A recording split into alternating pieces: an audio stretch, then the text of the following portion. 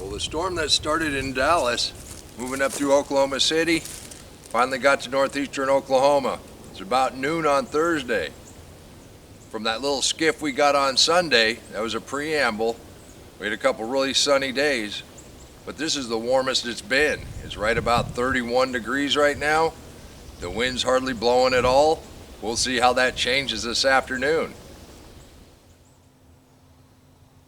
We're under a winter weather advisory until noon tomorrow.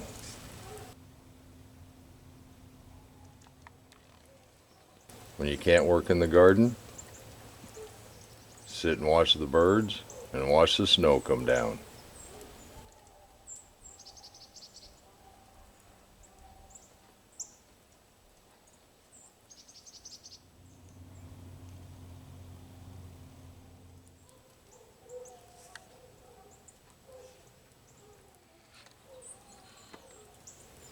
Everybody stay warm out there, and until next time, remember, take care of yourself, take care of your family, stay warm, and God bless you.